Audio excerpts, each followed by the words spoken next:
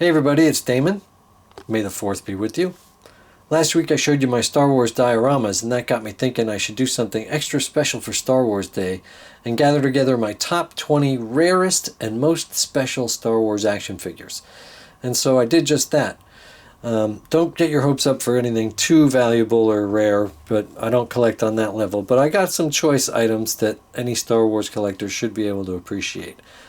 I wish, for example, that this was a legit Jawa with vinyl cape, but alas, it is not. It's just a fake. I used the old Obi-Wan cape and cut some holes in it, and looks pretty good from the front, though. And you know, fake it till you make it. That's what the Jawas say, right? Anyway, I assure you that the rest of my collection is fully legit and has some really fun stuff I wanted to share. But before I get to the toys, I want to show you the one item that is not a toy, and that is this Darth Vader poster. I had this poster on my wall when I was a kid. Not this exact one, but when I found the same one in a store, still rolled up in the plastic, including the Star Wars Fan Club mail-away insert, which I, as a kid, filled out and sent in. But, you know, I just had to have it, and now it is properly framed and everything.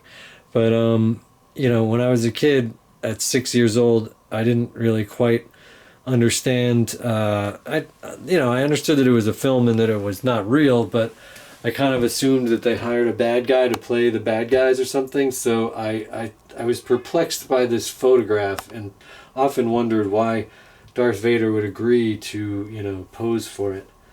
And to this day, I really hate posters where the cast just stares into the lens and breaks the fourth wall and completely ruins the illusion of their character. But I always assumed that the photographer only lived for about 5 seconds after this photo was taken.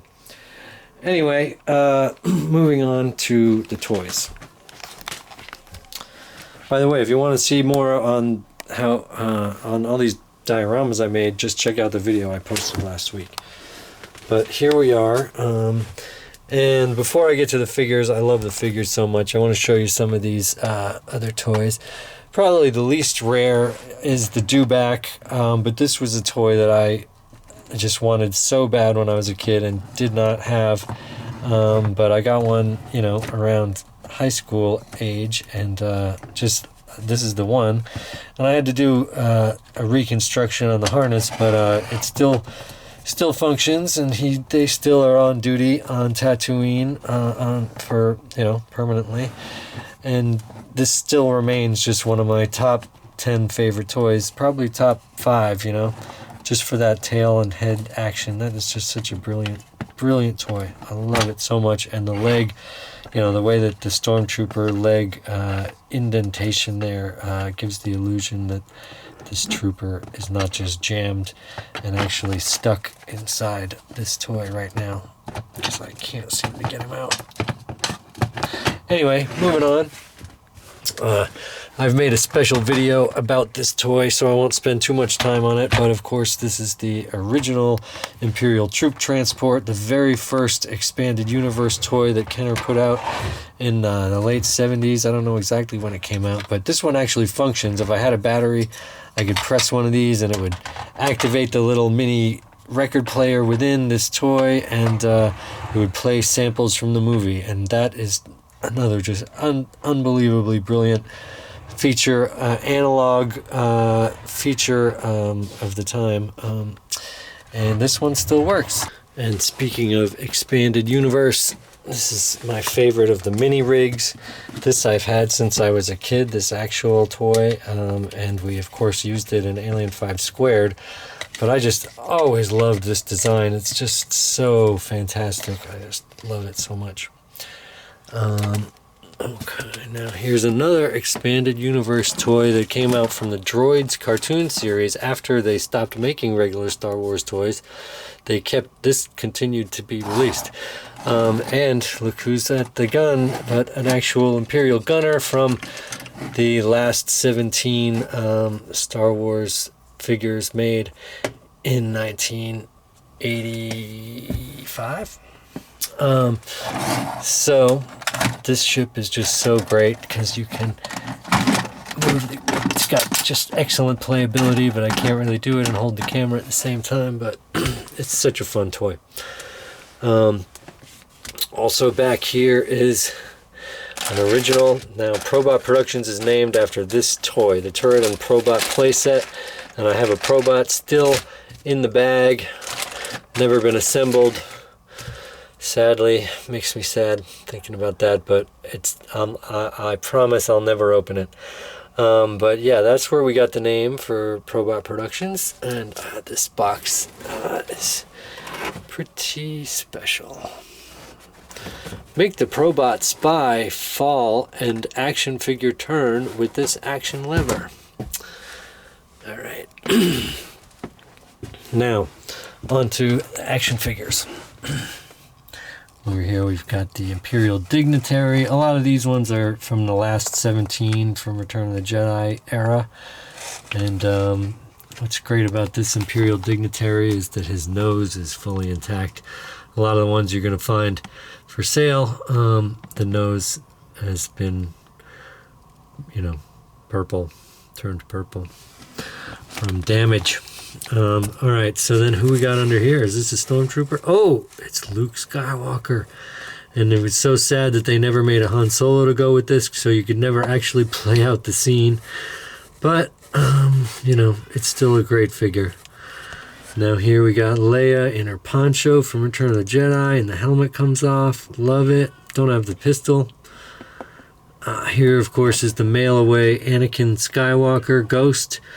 And his hands don't even hold anything.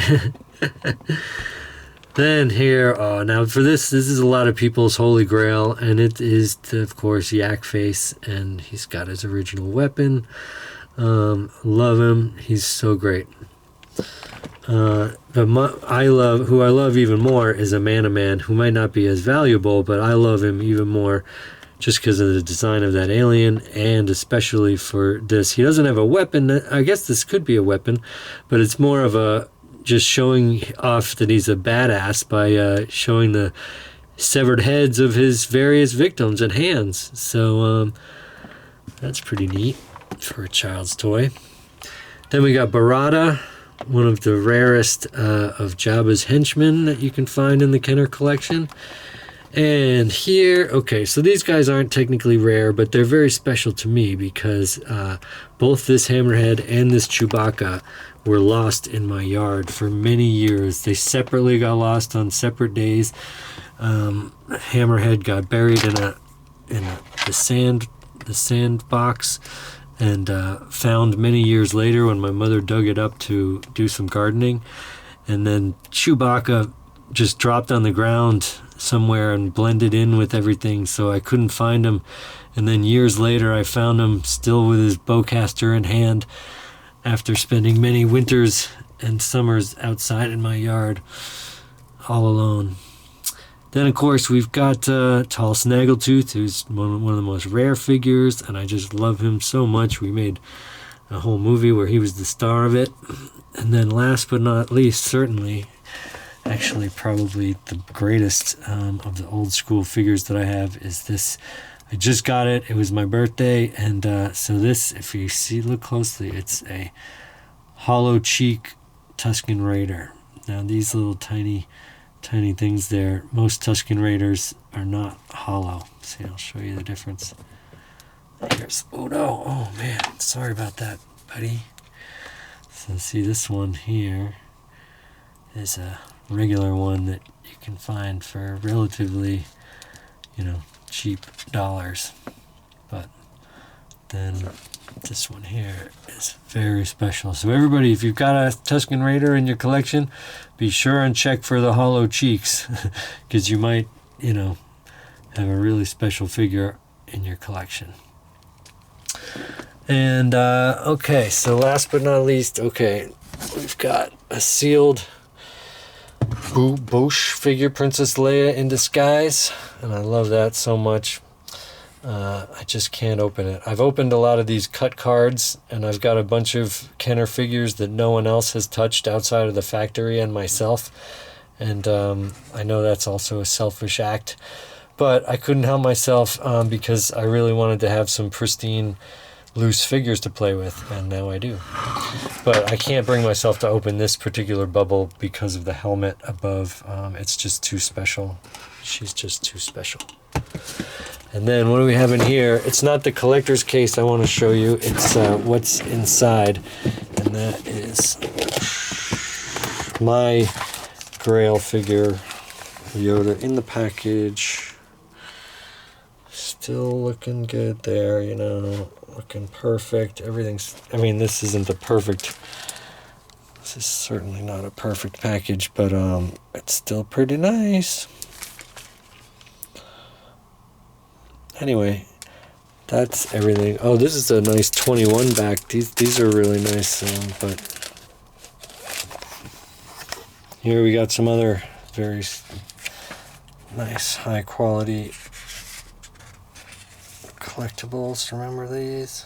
I love it so much. And then this, just look at this beautiful 21 back. Gorgeous, absolutely gorgeous. Of Zutton, the guy who's not in the movie. He's in the Christmas special. Oh man, I love it. Alright guys, that's it. May the 4th be with you, everybody.